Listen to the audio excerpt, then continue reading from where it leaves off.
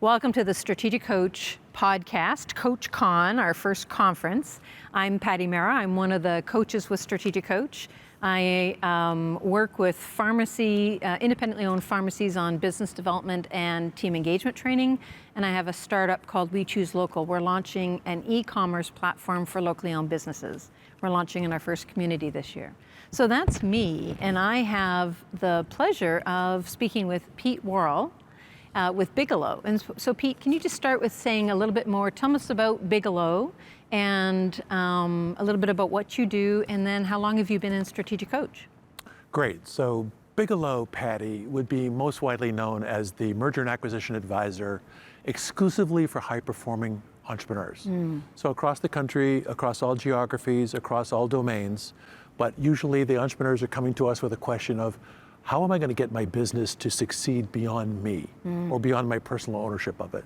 So our practice is a merger and acquisition practice where we help entrepreneurs think through, how do I recapitalize my business?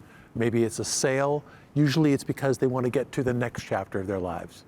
And I've joined Bigelow on July 1st, 1980, and I co-lead Bigelow with my partner, Rob McLeod. We're a very small firm trying to make a big impact on entrepreneurs. Love it. And how long have you been in Strategic Coach? So I joined Strategic Coach back in 2000. I dropped out for a bit and I'm back. Excellent. Well, we're glad to have you back. Thank you.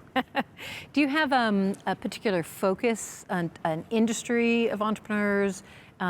Is there a particular stage in particular that you they're your target audience?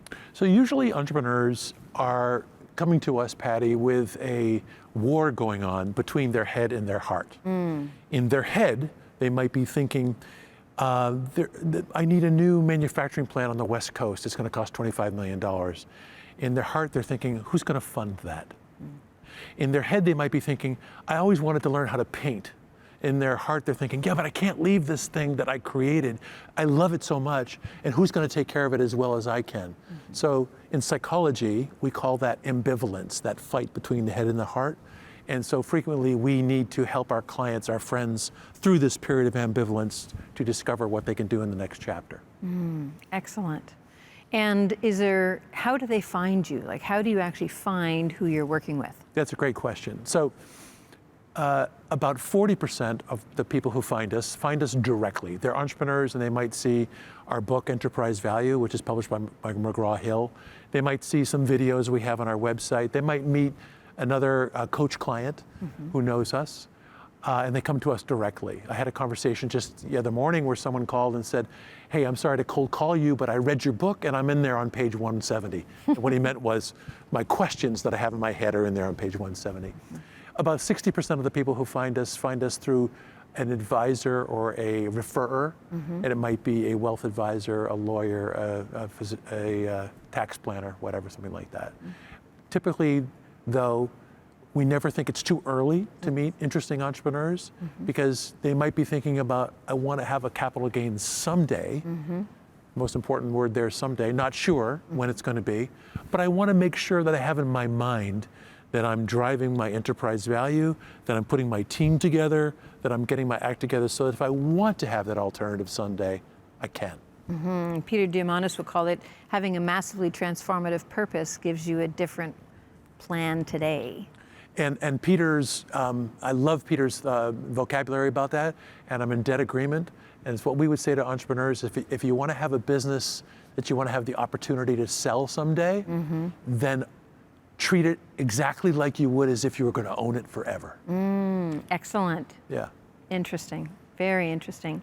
We chatted a little bit before we started this interview and around the free zone frontier. Yes. And one of the things that was just so brilliant for me, the idea of that if you're on a 10x growth path and you collaborate with somebody else on a 10x growth path, Dan has always said you have a 100x opportunity. Yes. And one of the things as you're talking about Bigelow, what I'm hearing is almost facilitating, an entrepreneur with a big dream, a big vision is going to get it so far, and then how do you expand, whether it's a merger, whether it's an acquisition, whether it's a stock option, whatever that is. So it sounds like you're almost enabling them to go beyond and find the right partnership. Is that a fair Yes, I would see you and raise you. Excellent. I love that. I would say that actually we view the personal journey as being simultaneous with the professional journey. So to your point, sometimes it's the entrepreneur professionally who says, wow, I really want to reach that new $25 million distribution center, so I want to bring in an investor who will help me do that. At other times, it might be more personal, where I have a friend who's a CEO. She's run her business for 35 years, making pumps and valves for the nuclear Navy. And her point to me was, you know, I always set out to be a painter, and I have a master's of fine arts. My dad ran this business, and he had 9 employees. He got terminally ill, and I came back to help him with it. That was 35 years ago. Now we have 1,000 employees in locations across the world, but I still want to go paint. So sometimes it's professional to try to achieve that next chapter. Yes. Sometimes it's personal. And an interesting piece, because, you know, really, as an entrepreneur, our business will only ever reflect our level of leadership, and that has to evolve and change over time as well. You commented, brought in the comment, positive psychology. Yes. Do you want to talk about mindsets? What do you see? What are the experience of mindsets and mindset shifts for the entrepreneurs that you work with? Yes, so and early in my career, I would see entrepreneurs make decisions that I would call not rational, meaning that they're not in their own best self-interest. And sometimes, being young in my 20s, I would think that was just an error, it was an anomaly. But over a period of time, maybe 10 years into my practice, I realized that these entrepreneurs were making these kinds of decision errors methodically, systematically, and so much so that I could almost predict where they were going to make decisions, because they had cognitive biases. They weren't coldly objective about their businesses, their lives, or candidly themselves, their capability. And so actually I did a crazy thing. At age 50, I went back to the University of Pennsylvania to get an advanced degree in positive psychology, because I wanted to understand the theoretical foundations of how these entrepreneurs were making decisions and why they were making decision-making errors. And so we bring a lot of that kind of point of view to our clients, which is not merely about solving problems, but rather how do you unlock your potential for really the future, whether it's personally or professionally, to do some things maybe that you haven't even dreamed you could do. And we spend a lot of our time thinking with our friends about that. Fabulous. And is that a methodology you have now that's part of your process? It is. It's, if you were a positive psychologist from Penn, you probably would see some vocabulary and some methodology that we use that you'd recognize. We've tried to Bigelowize it, or we've tried to entrepreneurize it. Not too many people are working in the field of entrepreneurship thinking about positive psychology, although here today, Aaron Markham, who's also a coach client, also has an advanced degree in positive psychology. We just found each other here, which is really fun. And that's part of being part of the community. Yes. Right? And like minds coming together. Yes. There's, we believe entrepreneurs are the driving force behind innovation and economic growth. Yes. And certainly there's a lot of challenges in the marketplace these days. From your perspective, how can entrepreneurs impact the growth in a meaningful way? And I liked your kind of bringing that mindset shift and the positive psychology. I talk to a lot of entrepreneurs right now that are, well, I know personally, including myself, a number of businesses that were wiped out during COVID for periods of time and needed to evolve or be permanently wiped out just because you couldn't do business the way you used to do business. And so navigating that as a challenge, what are you seeing? How do you think people can reposition? So you ask good questions. I think that a lot of traditional business education, even a lot of traditional entrepreneurship education, is about startups, raising capital, solving the problems of startups, et cetera, et cetera. And I think that's probably valuable. But we're really in a different domain, which is with mature businesses and mature entrepreneurs who've achieved a level of success. In fact, some of them have achieved all of their ambition that they started out with, which creates a big problem, Absolutely. right? What about my purpose and meaning in the world, my sense of identity, which is probably all wrapped up in this enterprise that I formed. And yet the enterprise and my time with it has a termination. Like I could get carried out feet first, Or should I responsibly think about how else to do it? So we tend to focus, Patty, not so much on solving a problem, but rather unlocking a potential. Look, if you have a broken arm, you got to go see your primary care practitioner because they have to fix it. That's a clinical solution, and that's a way to do it. The other way to think is, though, if I want to get really fit and healthy, would I go to my primary care physician? No, I'd go to a fitness club. So we view ourselves more like a fitness club rather than somebody who fixes a broken arm. Fabulous, fabulous. And so where in that do you find, or let me ask this a different way. How are you helping the entrepreneurs that you're working with, or you see the potential to work with, navigate or take advantage of the opportunities that are opening up rather than the challenges that they might be stuck in at the moment? And maybe that are causing the war between the head and the heart. Very much so. And the way that we go about that is to say to our friends, our clients, that we're going to give them some tough love, which is to look at their enterprise and themselves through the lens of a coldly objective outside investor, so that we can help them to see that while they've created something of great value typically, and they kind of did that usually by accident, that if they want to preserve the opportunity for having a wealth creation event someday, that there's some ways to look at this that are maybe a little different. We don't want this to fall on them like criticism, but we want them to be like really sensitively aware that, boy, other people might look at the business differently, and I need to understand that if I'm going to optimize the value of the business. So we can begin years ahead of a transaction with helping them to understand, do you understand what the drivers are of enterprise value in your industry? Are you interested in that? Do you want to optimize that? Do you have the strategy that allows you to say in one sentence what your strategy is? If not, why not? Do you have the management team around you who's going to help you to create that enterprise value? And by the way, have you confided in them that you may want to have a wealth creation event someday? Because they can help you. Do you have the outside advisor group that you can pull around you to? And do they know each other? Do you meet with them frequently? So we try to put some things in place, Patty, that allow them to really have the opportunity for these other things they may want to do with their lives or with their business, and we don't think it's ever too early to get started on that. I love that. And really tapping into this who, not how. Yes. I know my business and what I do very well. Yes. But I need that sounding board to reflect back the things that I'm, taking for granted. Yes. I'm one of my things is always to be out talking to customers, right, and asking questions and listening to what they're saying. The whole DOS conversation, Yes. right? Dangerous opportunities of strength. Yes. I'm always amazed at the things I've taken for granted. That's really what's landing. Yes. Right? And that sounding board. Yes. And I find that our world is filled with what I'll call narrative fallacies. We might call them old wives' tale. Everybody knows, this or that. So an example would be, many entrepreneurs, what we do when we get started in our businesses, we need revenue. So we take revenue from all different sources, and we're willing to do, anything, including washing the car for somebody to make it happen.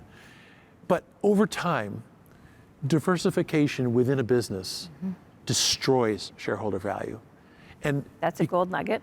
And entrepreneurs, that doesn't come to them naturally. No. Because they're thinking, I want these diversified sources of revenue. Yes. So I just the other day had this discussion with a woman who's a CEO of a large client of ours where she said, we have this division. And I said, well, how's it doing? Well, it's not doing that great. I said, well, why do we have it? Well, because it might do great someday. I said, okay, well, should we spin it off to the stockholders separately? She goes, oh God, they wouldn't want it. And I said, wait a minute, Barbara, if the stockholders wouldn't want it, why do we have it? And where I'm coming from is because knowing someday you want to have a capital gain, that actually is a drag on value. Yes. So can I give you that input now, and you can do with it what you will? Yes, it's brilliant. I did a consulting project many, many years ago, and the company manufactured corrugated packaging. Yes. And the packaging for most of the consumer packaged goods companies. Well, and actually, at the time I worked with them, they were just trying to keep their presses. They were selling to pizza boxes. Yes. And when they realized that their target audience had shifted, so it was the actual CPG companies, Yes. and they shifted their whole focus, they went off on a different level, and they, 2 and 3 times their profit and their revenue in a short period of time. Yes. But they had to shift exactly what you said, from thinking they just had to keep the presses busy to who are they creating a solution for now that it was different 2 years ago. Yes. So it's so interesting that when you get a group of intelligent entrepreneurs together, how they might see the business differently from each other. Yes. We have a friend who's got a business that's in the synthetic lubricants business. So he makes greases and oils of all kinds, sold to everything from, Ford Motor Company for something to the space shuttle. And as we were thinking about his business and wanting to have a capital gain someday, over the course of the next 5 years, we're able to look at the business and say, it's a lubricants business for sure, but what it really is a business that has thousands of formulations, so that when a customer comes to you with a new problem, you don't have to start from scratch. You can actually say, let's go in our library of formulations and pull out this one and see if this applies. That is really powerful positioning. It's really a lubricant solution because of the library of formulations. Which made it an immensely more valuable business. Absolutely. Right. So it's a way of thinking about things. It's a way of looking at things. So maybe a little more objective than the person who's been the expert in that domain for all their career. Yeah, very important. I love that. What for you, Pete, what for you has been the impact of being in Strategic Coach? Dan's insights have been incredibly valuable to me, both personally and professionally. Sometimes I feel like I have an idea and it came in one side of my head and it went out the other side of my head. And Dan will say an idea and I'll say to myself, I thought of that once, but I didn't capture it. I wasn't able to articulate it and write it down the way he does. And so for me, it's 2 things. It's the striking insights.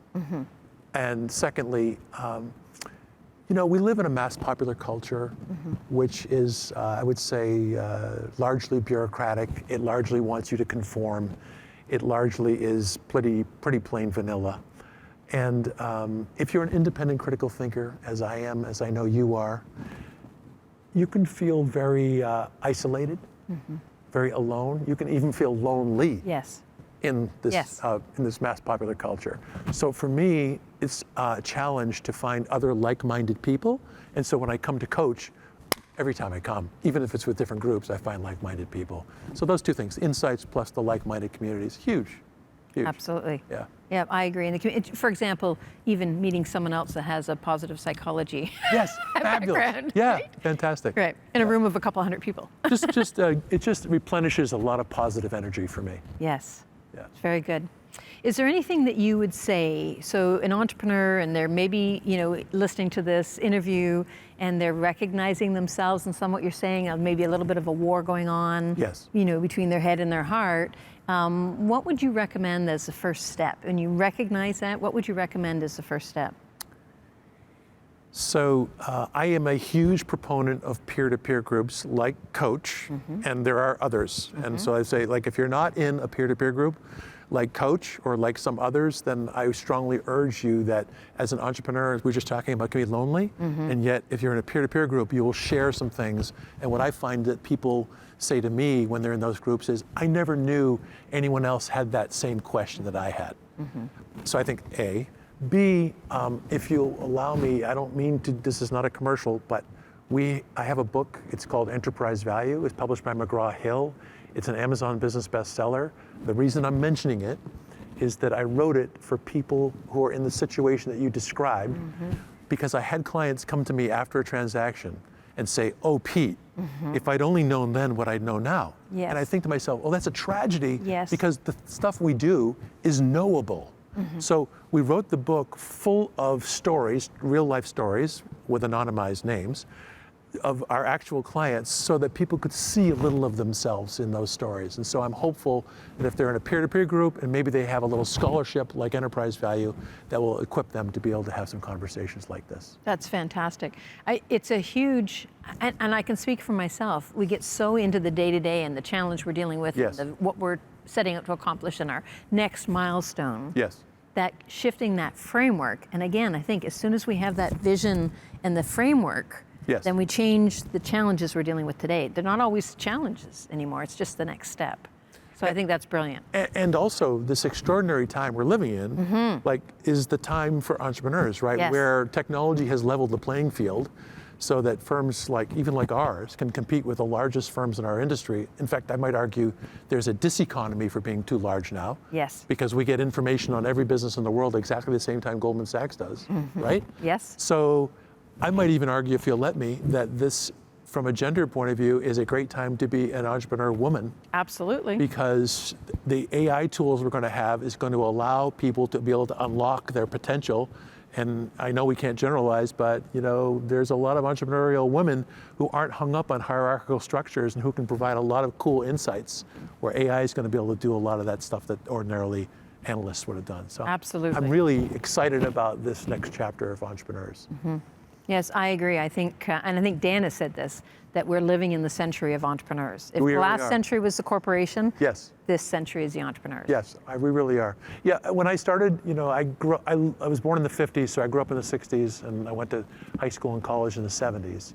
And so I probably was right at the end of what I'll think of as that time where the bureaucratic, hierarchical companies, the IBMs, the Exxon, the whoever, the whatever, that they really had done a great job of optimizing everything that was good about those top-down hierarchical firms. But boy, have we had disruptive innovation, haven't we? Haven't we though? Haven't we Isn't it though? great? Yes, it is. Yeah. Yes, it is. Love it. Yeah, I love it. Well, Pete, thank you very much. It was a pleasure. Thank you, Patty. Having this conversation with you. Thank you for joining me at CoachCon. It's great to be here. Great to be here. And that's Pete Worrell with Bigelow. And please check out your firm and enjoy the rest of CoachCon. Thanks, Patty. Great to be with you.